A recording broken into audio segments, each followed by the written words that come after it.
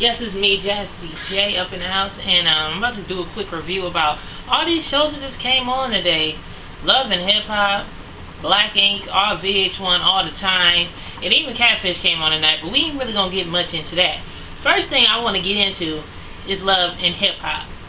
Now, I'm not sure where they actually located. I think they in New York again, you know. It's just a whole bunch of nobodies trying to become somebody, but I actually feel that it's very ratchet, and I feel like they got a little bit more acting going on, you know. I feel like the roles is played out more. I feel like they kind of stole some things from Atlanta, Love and Hip Hop, and threw it over here and put the rapper Joe Budden in the mix of it and let him be the new Stevie J. It's just sloppy mess all over the place. And honestly, I watch it, you know, because I can review it to y'all and pretty much, but truly, I really don't know nobody's name right now, you know, because they got an entire new cast. They ain't got the same people that was on there last seasons ago. The only people that they still got on there is give me a minute, Yandy. She was the manager of Jim Jones. Yeah, but their partnership broke up because all the drama with his fiance, Jim Jones' fiance, stuff like that. Well, now she was pregnant, and she with her own man. I don't know if that's her fiance or whatever she is, her baby daddy. And she was pregnant in the beginning of the show, but by the end of the show, she already had the baby. I guess she's in trying to, you know, get that together. Then they got Joe Budden. That's that one-hit wonder rapper. He had that song go, "Do my thing, let me do my thing." I think it's called Pump It Up. He got like one song out that I know of. Had one song, one-hit wonder. It was a good song. I'm not gonna knock him, but yeah, that's pretty much what he's famous for. And then you got his baby mama. Well, I don't know if he has kids with her. I don't think it's his baby mama. His girlfriend that he's been with for 5 years that left him, and she just talks about, I'm heartbroken, he didn't love me, I don't want to be with him, but I do want to be with him. Entire time he's running around trying to chase her down. Basically, same old scenario, different people. You know how the Love and Hip Hop sequels go. This one rapper who's done cheated on their girlfriend with like 50 girls, and now the rapper want to pretend that he want to be faithful, and then the girl keep going back and forth crying, saying, why don't he love me? Do he love me? I don't know. Just a bunch of nonsense going on there. But honestly, you know, it tired me out, y'all. And then, you know, they had the little scene where I guess Joe Budden's ex-girlfriend, now they want to be friends and stuff, and I guess they try to build this relationship so maybe he could be faithful, or I don't know. And then he had his other girl that the girlfriend don't like, because the girlfriend was working with Joe Budden, and the girlfriend didn't like how the girl interacted with Joe Budden, was around him all the time in studio sessions, so she started to dislike the girl and feel like she was taken advantage of, you know, yada yada yada. And then so then she stopped being friends with her. So then they have a pool party, and it's at I guess at Joe Budden's house, and the ex-girlfriend shows up, and the broad that she didn't like was there, and you know, it's a big old spat, and he talking about Joe Budden talking about something, okay, let's play Truth and Truth, because the two girls had dinner together talking about Joe Budden when he wasn't there, Joe Budden, whatever his name is, when he wasn't there, so he's trying to ask what exactly was going on, and next thing you know, it goes into a screaming match, a fighting match, the usual reality show, the usual ratchetness that be on Love and Hip Hop and Basketball Wives and things of that nature. So pretty much, if you like Love and Hip Hop Atlanta, if you like Basketball Wives, if you like, I don't know, any type of housewives or house whatever reality show, I guess that's something you want to watch. It's pretty much starting up the same way, you know. I guess Joe Budden is kind of like the Stevie J, you know, he's caught in the middle, and girls are fighting over him, kinda, but he ain't really with nobody, you know what I'm saying. Did I miss somebody? I'm trying to think. Give me a minute. I really don't know. You know. Oh, Olivia. Let's get her. Okay. So Olivia, you know, she the one that was on G Unit Records. She had that song with 50 Cent, I'll Take You to the Candy Shop, all that. Yeah, okay. So she had her own like 2 songs, you know, and her career ain't been blossoming. And we've seen her struggle in the past 3, you know, seasons of Love and Hip Hop, and now she's back again. And this time her manager is the same guy. I think his name is Richard, and they still trying to finally, you know, get her career where it needs to be, you know, because it's been a long time, and they're still trying to get her career where it needs to be. And now he's dating one of the girls that's supposed to be associated with her brand, or is supposed to be working with her, I don't know, but it's just a love triangle, and they gang up on him saying, is he faithful to the girl? He tells Olivia he's not faithful to the girl, so Olivia's like, I don't want y'all to be involved with each other because it's going to mess up business, and we know that you cannot be faithful, so I'm going to just call it for what it is, and put it all out at the table. So she decided to meet with her and the girlfriend and Olivia, and they're sitting at the table, and Olivia tried it. She started pulling his cards, basically telling the girl what it was, you know, calling a spade, and he just sat there getting offensive and like, oh, don't call me a spade, and you know, all that extra stuff. And the girl's like, oh, if the girlfriend or the chick that he's with right now, because he said he's not faithful, he's just talking to her, he likes a lot of women, and she's sitting there like, how could you not tell Olivia that we're a couple, and how could you not tell her that I'm important to you? And he's like, whatever. And this girl, she delusional. She decides to get a tattoo of his initials on her hand and things of that nature. And he himself in the commentary talking about some confessional, excuse me, saying that he thought it was odd that she would get his initials on her and all things of that nature and stuff like that. It's just a bunch of yada yada yada, y'all. You know, the usual buzz stuff. So you go ahead and check that out. That's on Monday nights now. I think 8 p.m. and you can tune into that. I really won't be wasting my time doing a lot of reviews on that, but y'all, you know, it's just kind of. Anyways, next subject. Okay, so then another show they got going on VH1 is called Black Ink. You know, it's about a group of people that's in Harlem, New York, that are tattoo artists, and they got a bunch of tattoo people there, and they, you know, they trying to build their clientele and decide to tattoo up celebrities and things of that nature, and they just trying to build their image. I didn't really watch that much of it, but that's pretty much what it's about.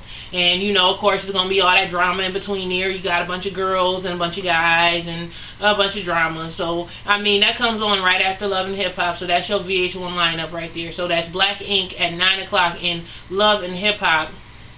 I don't even know why it's called Love and Hip Hop. It should be called Hot Mess Hip Hop at 8 p.m. So you go ahead and you check that out. And then, lastly, I just gotta say one thing about Catfish. For most of you guys who don't know what Catfish is, it's a show that comes on MTV. It's about couples, well, people that's online looking for love. They date people on Facebook, you know, the usual online dating scene, and then they hire 2 men to investigate, because somebody out of the 2 people, you know, one person is at the end, you know, they call up the guys to investigate, to figure out whether the person they're talking to and dating online is the actual person they say they are. Because when you're online dating, you don't meet the actual person, and you could be whoever you want to be. So basically what the guys do is they investigate and find out who the people are, and for the person that hired them, and out of this entire season, not one person been who they say they were. Not one person been who they say they were. And even this episode, the guy decides to investigate. It's a man that want to investigate a girl that he's been talking to online, and she was supposed to be like some model, all this other stuff, things of that nature. And they called the person's number and tried to investigate, and it said that she checked out. Now me, I still was in disbelief, because I didn't understand why a supermodel would be on Facebook trying to date somebody. Am I better to say? Oh, okay. Why a supermodel would be on Facebook trying to date somebody. So I'm like, okay,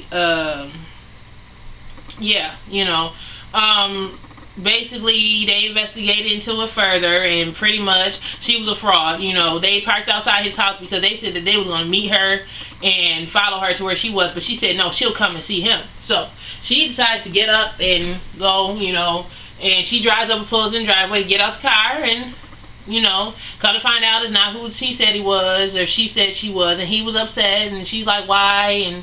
And he's like, why did you do this, and things of that nature. And she's like, because I do this to everybody. I got like 60 pages where I'm pretending to be somebody I'm not. I got a bunch of people falling for me, and I be using my friends' accounts and pictures and stuff like that to get them all riled up and things of that nature. But the point is, so basically he's like upset about it, whatever, they go back and forth. He ended up going his separate way, she goes her separate way, and then at the end it says that she deleted the account for 24 hours and then remade the account. So she's still out there doing that and things of that nature. So the point of that little review of what Catfish was about is, if you're going to do online dating, be careful and be smart. I mean, if you're going to be, it's hard out here to find love. Everybody's in desperate need for love. But if you are, just be smart and be careful and try to meet somebody that you know for a fact actually exists. Like somebody you've seen before, like through mutual friends or something, I don't know, just something where you know that that's the person. Try Skype, you know, try Skyping somebody, you know, like you talking for about a month or so, try to Skype them, you know, because then you're going to find out whether they real or not. Because if it's a real person, most laptops have, almost all laptops in this generation has webcam. So if the person you're trying to talk to is saying, no, I don't want to do webcam, and you have to talk for about 6 months, you should know that that person is a fraud and just check them off the list. You know what I mean? I honestly just, I feel bad for a lot of people out there because it's so hard to find love, and then you got people out here that's really frauding and pretending to be someone they're not, and things of that nature. So you just got to be really careful out here. And I'm glad that this show, Catfish, is on MTV to, like, basically put that stuff to light. Because it just be crazy. It's crazy, you know what I mean? So you never know who you're talking to, so be careful. It's hard to find love, which is true, but don't be so desperate for it where you get yourself wrapped up in things you didn't even plan on getting wrapped up because the face of the person attracted you to the mess, you know? It also, this show also shows how shallow people are, because it's crazy that they fell in love with the person, and this person really has this personality, but once they meet the real person behind the picture, and the person is unattractive, most of them people split. You know what I mean? I only seen one couple out of the entire show that decided to stay together and actually be in a relationship together, where the people didn't care about the looks or whatever the heck was going on there. But I mean, this problem with society is people don't know how to communicate face to face anymore. All people do is text and text and text and Facebook, and people are afraid to talk to folks, and they make up little imaginary, you know, things about themselves and put it on Facebook, and then you got the whole world thinking that you're a superstar, this person and everything else, and you're lying. And the most important thing is, if you talk to somebody online and it seems too good to be true, 9 times out of 10 it is. So you gotta be careful out here, y'all. One last thing before I go. I want y'all to be supportive and make sure you guys spread the word. The connection will be back on Hawk Radio, Hilbert College. You have to go to live365.com.